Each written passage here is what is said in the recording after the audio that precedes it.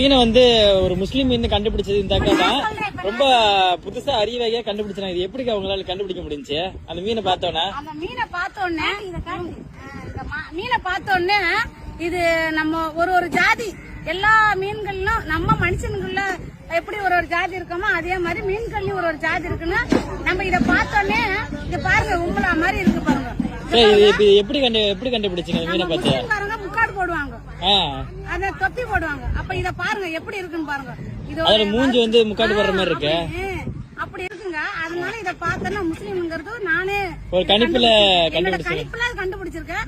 அது உண்மையாவே அரபி நாட்டுல இப்ராஹிம் சொல்லிட்டு ஒரு பேர் வச்சிருக்காங்க.